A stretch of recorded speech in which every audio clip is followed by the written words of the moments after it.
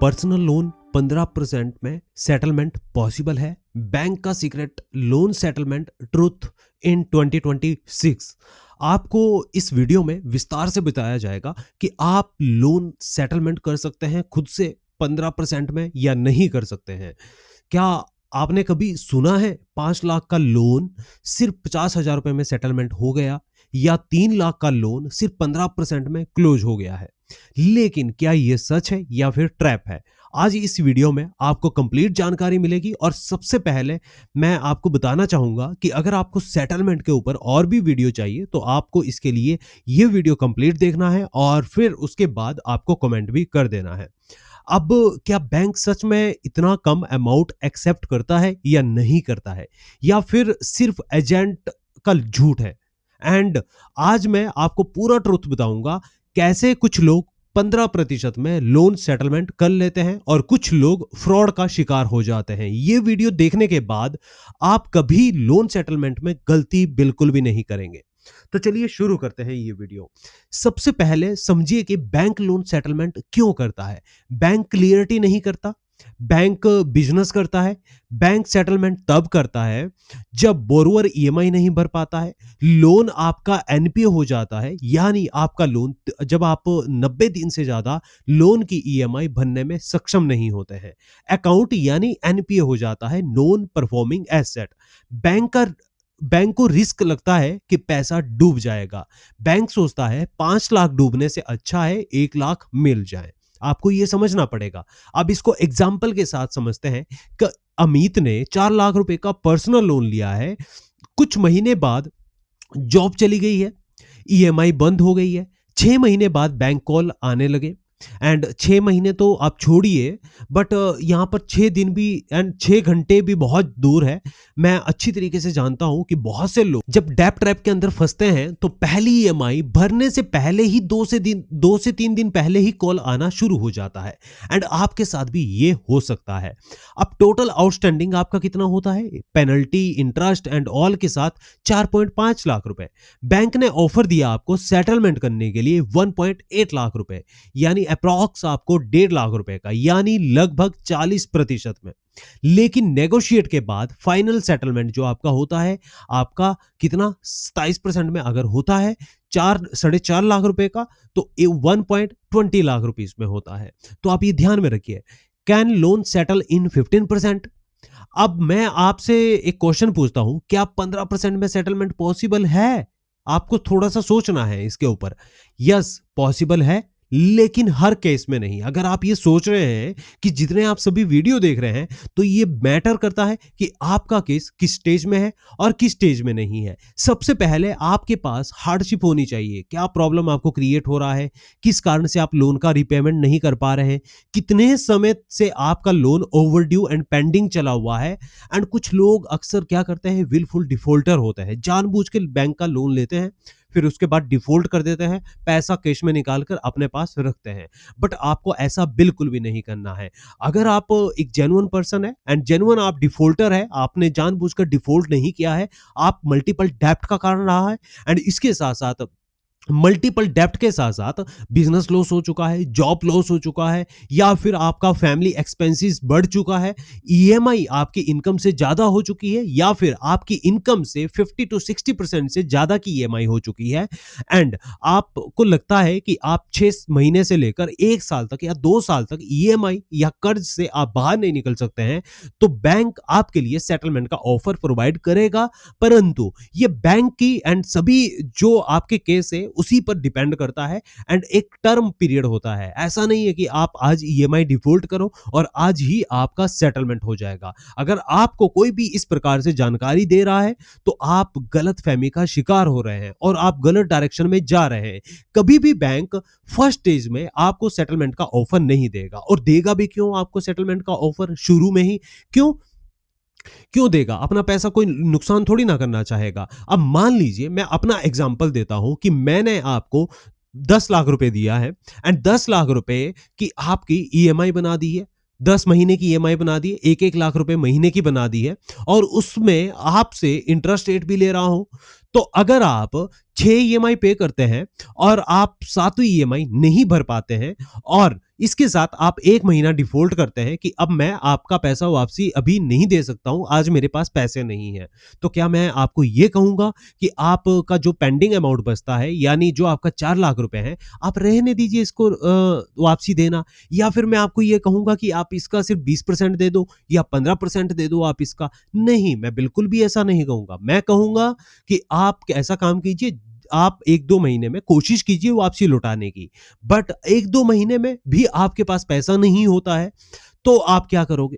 आप बोलोगे कि अभी भी नहीं है हमारे पास पैसा, तो फिर उसके बाद आपको मैं बोलूँगा कि आप 15 दिन में, 1 महीने में कोशिश कीजिए कि कुछ ना कुछ पैसा तो दीजिए मुझे, एंड पार्ट में दे दीजिएगा। जो आप 1-1 लाख रुपए नहीं दे पा रहे हैं, तो आप इसको तोड़ के दे दीजिएगा। 50,000 रुपए दे दीजिएगा, 25,000 रुपए करके दे दीजिएगा।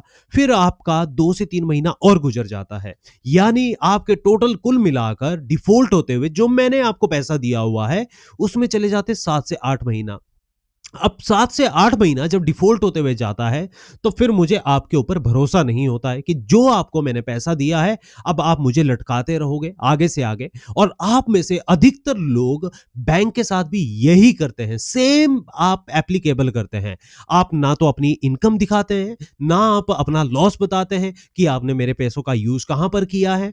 इसके साथ-साथ ना आप अपनी इनकम बताते हैं कि आपकी इनकम कितनी है और आपके पास लोन कितने हैं। ये जब सारी जानकारी आप अपने पास गोपनीय रखते हैं, तो उस समय पर बैंक आपके साथ क्या करेगा और मैं आपके साथ क्या करूंगा। अब मैं आपको 10 लाख रुपए अंधे होकर या आंखें बंद करके तो नहीं दूंगा।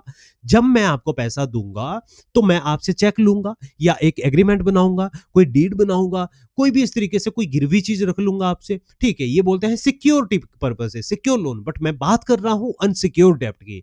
तो मैं आपसे चेक ले लूंगा या फिर इमेंडेट लगा लूंगा, ईसीएस लगा लूंगा, तो उसमें मेरे पास राइट रहेगा कि मैं आपके ऊपर, अगर आपने मेरा पैसा नहीं दिया है, तो कल को मैं कोर्ट में जाकर आपके खिलाफ शिकायत दर्ज कर दूं। आपको सबसे पहले अगर आप डिफॉल्टर है, मल्टीपल लोन में आप फंस चुके हैं, आपकी ईएमआई डिफॉल्ट हो चुकी है, तो सबसे पहले आपको बैंक के प्रोस्पेक्टिव से समझना पड़ेगा। अगर आप अपने हिसाब से सोच रहे हैं या अपने हिसाब से समझ रहे हैं, तो आप बहुत बड़ी भूल कर रहे हैं। तो आपको ध्यान रखना है। तो क्या होगा, आपको मैं सिक्योरिटी दूंगा। मैं अपना एग्जांपल दे रहा हूं आपको आसान भाषा में समझाने के लिए, आसान शब्दों में समझाने के लिए। तो क्या होगा, अब हम कहां थे, 7 से 8 महीने के डिफॉल्ट, आपने मेरा पैसा नहीं दिया है, दे देना आप सभी, ठीक है, जिनके पास भी मेरा पैसा है। तो क्या होगा, इस समय पर आप क्या करोगे, मैं आप फिर क्या करूंगा, कोर्ट में जाऊंगा और आपको जो एग्रीमेंट या चेक दिया हुआ है या ईसीएस लगा हुआ है, उसका मेमो लूंगा और कोर्ट में जाकर कंप्लेंट फाइल करूंगा। आप कंप्लेंट फाइल करने के बाद आपको मैं एक नोटिस भिजवाऊंगा, रिकॉल नोटिस, डिमांड नोटिस भिजवाऊंगा। आप फिर भी नहीं दोगे, चुपचाप बैठे हुए रहोगे कि भैया काला अक्षर भैंस बराबर है। अब यहाँ पर भैंस भी कह रही है कि मैं काला अक्षर भैंस बराबर, मेरे से क्यों कंपेयर किया जा रहा है। तो वहां पर आपको नोटिस आएगा, आप उसका रिस्पॉन्स नहीं करोगे, तो फिर कोर्ट को भी लगेगा कि भैया कंप्लेंट इस बोरोवर के खिलाफ की है, तो वहां पर अब हमें कुछ करना पड़ेगा। तो आपके खिलाफ केस फाइल हो जाता है। फिर आपके लिए कोर्ट का समन भिजवाऊंगा कि अब आप ऐसा मेरा नहीं दे रहे हो, तो अब आओ कोर्ट में। अब सामने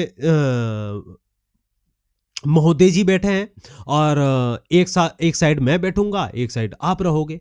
अब आप क्या करते हो, आप कोर्ट में भी नहीं आते हो। अब आप क्या कर रहे हो, कोर्ट की अवहेलना कर रहे हो। अगर आप कोर्ट में नहीं पेश होते हो या आपका एडवोकेट पेश नहीं होता है, तो आप कोर्ट या कोई आप नोटिस तक नहीं भेजते हो या रिस्पॉन्स ही नहीं करते हो, पिटीशन ही नहीं डालते हो, कुछ भी नहीं करते हो, तो कोर्ट को क्या लगेगा कि भैया ये कुछ दाल में काला है, गड़बड़ है।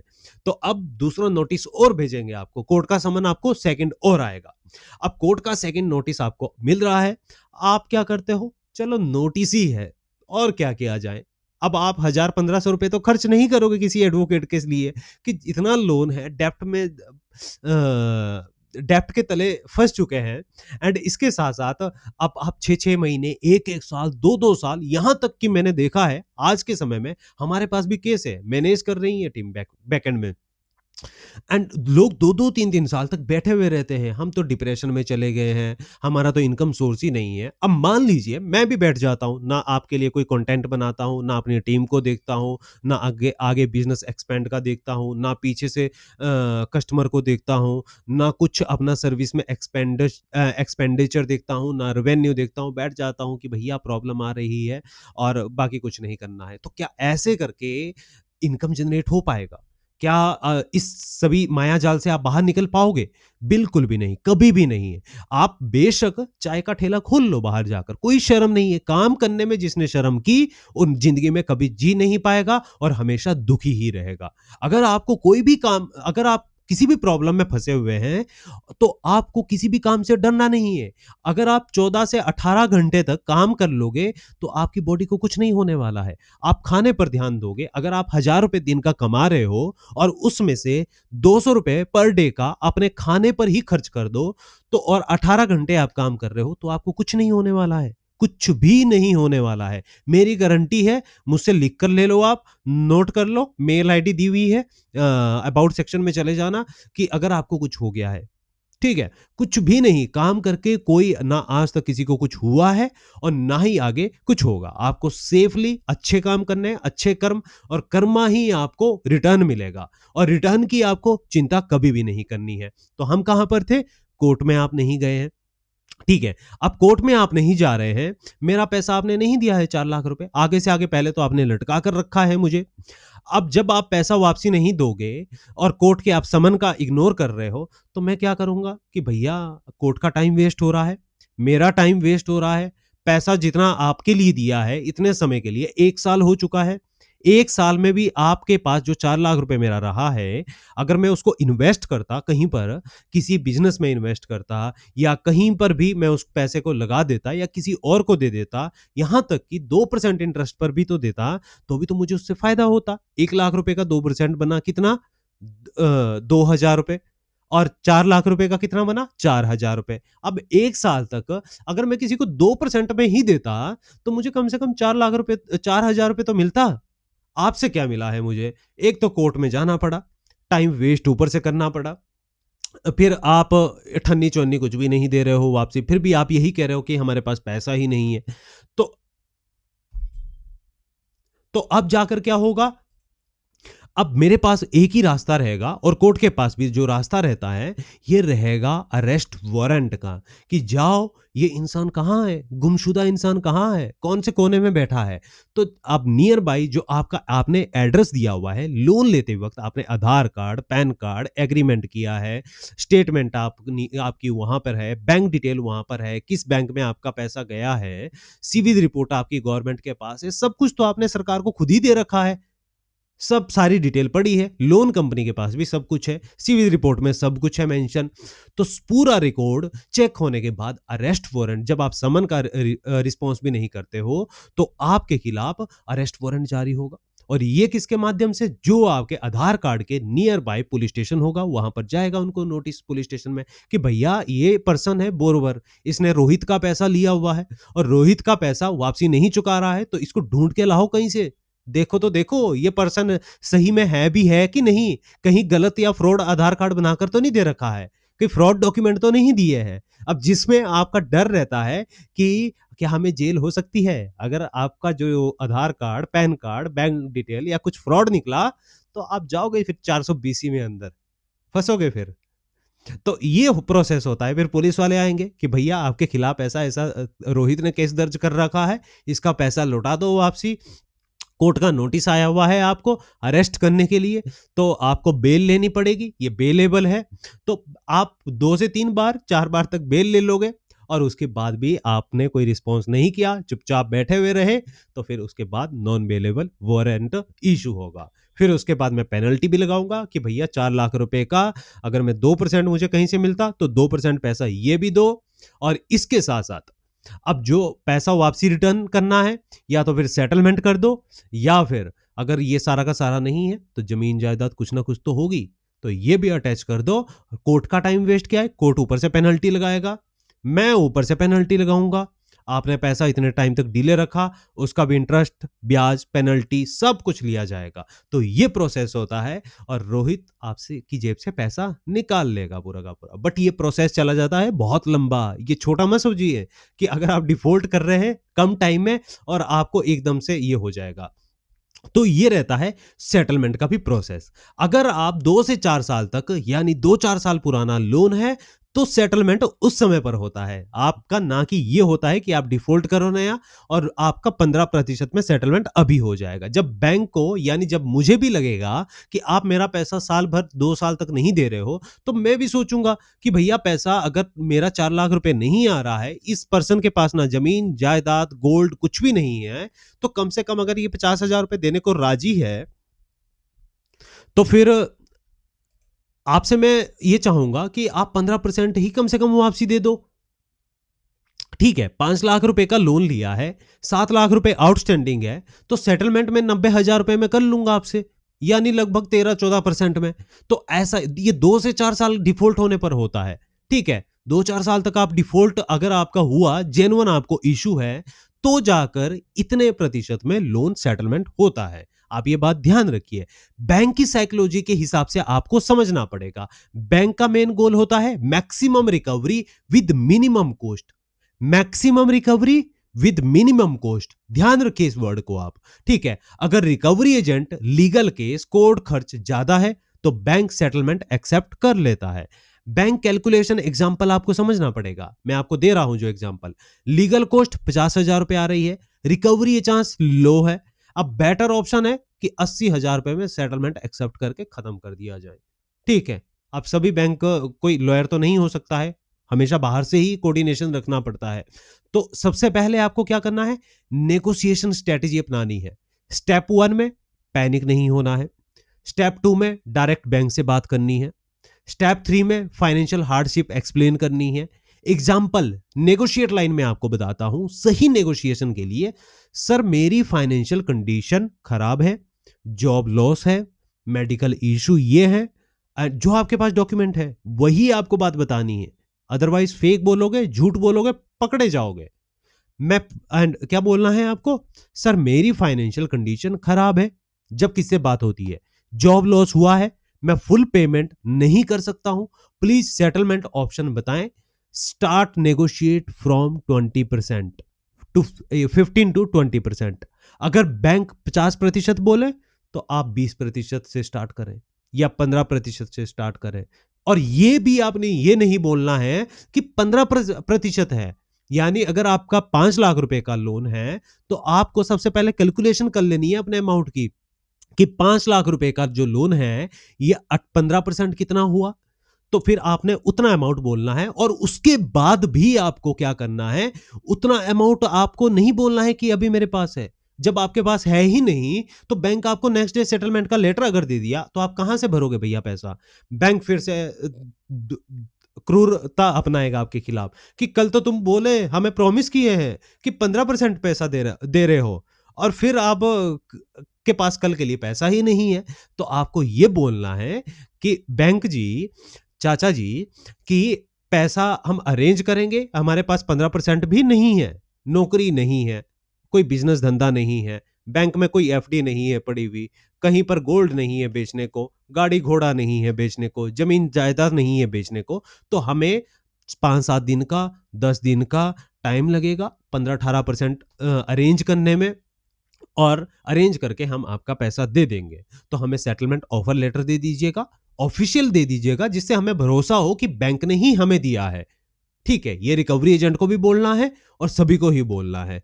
अगर कोई भी रिकवरी एजेंट आपको सेटलमेंट लेटर दे भी देता है तो आपको बैंक के कस्टमर केयर में, ग्रीवियंस में या नोडल ऑफिसर को कॉल करना है कि जी आपका ये जो रिकवरी एजेंट है हमें कॉल किया था और कॉल करके बोला था कि आपके लिए सेटलमेंट ऑफर लेटर है, तो ये आप वेरीफाई कर दोगे क्या मेरे लिए कोई ऐसा ऑफर लेटर है या नहीं। फिर आपसे पूछेगा वो कि आपको सेटलमेंट क्यों करना है, पैसा ही नहीं है, सेटलमेंट का भी नहीं है हमारे पास पैसा, बट हम अरेंज करने की कोशिश फिर करेंगे एंड इतना 15-18% तक जो पैसा है आपको लौटा दें वापसी, हमें किसी का पैसा नहीं खाना है।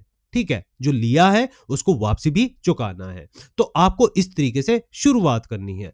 अब वार्निंग भी आपके लिए मैं दे देता हूं, लोन सेटलमेंट का बिगेस्ट साइड इफेक्ट भी आपके पास पड़ता है, ध्यान रखिएगा आप। सिविल स्कोर डैमेज होगा आपका, ध्यान रखिए। और सिविल स्कोर पर जो स्टेटस होगा ये सेटल्ड होगा, ना कि क्लोज होगा, सेटल्ड शो होगा। अब रिजल्ट इसका क्या निकल कर आता है, सेटलमेंट करने के बाद फ्यूचर लोन में डिफिकल्टी होगी। एंड एग्जाम्पल के लिए, अब आपने सेटलमेंट कर दिया है 80,000 रुपए में 5 लाख रुपए का लोन। अब लेटर अप्लाई, आप होम लोन के लिए अप्लाई करते हैं, बैंक रिजेक्ट भी कर सकता है सेटलमेंट हिस्ट्री देखने के बाद। बेस्ट अल्टरनेटिव आपके पास ऑप्शन है, बेस्ट लोन रिस्ट्रक्चर आप कर सकते हैं, ईएमआई रिड्यूस कर सकते हैं, पार्ट पेमेंट कर सकते हैं। Settlement only last option, not first option. और अगर सेटलमेंट करते हैं आप तो 15% में भी आप सेटलमेंट पॉसिबल है, लेकिन रेयर केस में है, सभी केस में नहीं है। मोस्ट सेटलमेंट जो होता है 15 से 50% में होता है। Never trust fake agent promise 10% settlement, always deal with bank directly. ध्यान रखिएगा आप क्या करना है। किसी के ऊपर अगर आपको यह कह रहा है कोई, या मैं भी कह रहा हूं आपको कि आपका सेटलमेंट हम 20% में कर देंगे, 10% में कर देंगे, 15% में कर देंगे, तो भैया मुझसे बचकर रहिए, ध्यान रखिएगा। और अगर कोई और कह रहा है आपको कि आपका 10% में, 15 में, 20% में, तो भैया वहां से भी आपको बचकर रहना है मेरे भाई और बहनों, ध्यान रखिए आप। ठीक है, फिक्स रेशो नहीं होती है, नेगोशिएट करना होता है, ध्यान रखिएगा। अगर हम भी करेंगे तो उसमें नेगोशिएट किया जाता है बैंक से कि हम ये जो बोरोवर है आपका, इनके पास पैसा ही नहीं है, इतना ही पैसा है, उतना अरेंज करने की कोशिश करेंगे। और ये सारा का सारा डिटेल मैं आपको बता चुका हूं, अब इससे ज्यादा तो क्या बताना है।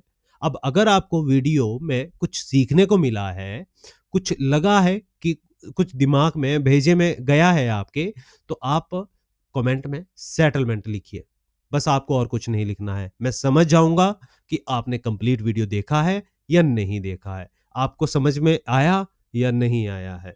तो आई थिंक, मुझे लगता है कि आज की वीडियो आपके लिए हेल्पफुल रही होगी। अगर आपको समझ में नहीं आया है सेटलमेंट का ये वीडियो कि इतने प्रतिशत में होता है या नहीं होता है, तो फिर आप मुझे कमेंट में नंबर 1 लिख दीजिएगा, ठीक है, या 0 लिख दीजिएगा, 0 लिख दीजिएगा आप, ठीक है। अगर आपको समझ में नहीं आया है तो आप 0 लिख दीजिएगा, अगर आपको समझ में आया है तो नंबर 1 लिख देना, सेटलमेंट मत लिखना, ठीक है। नंबर 1 लिखना है तो ही, अगर किसी ने आखिरी तक वीडियो देखा है, 0 लिखना है तो अगर समझ में नहीं आया है, ठीक है। तो चलिए आज का ये वीडियो यहीं पर समाप्त करते हैं। Thank you.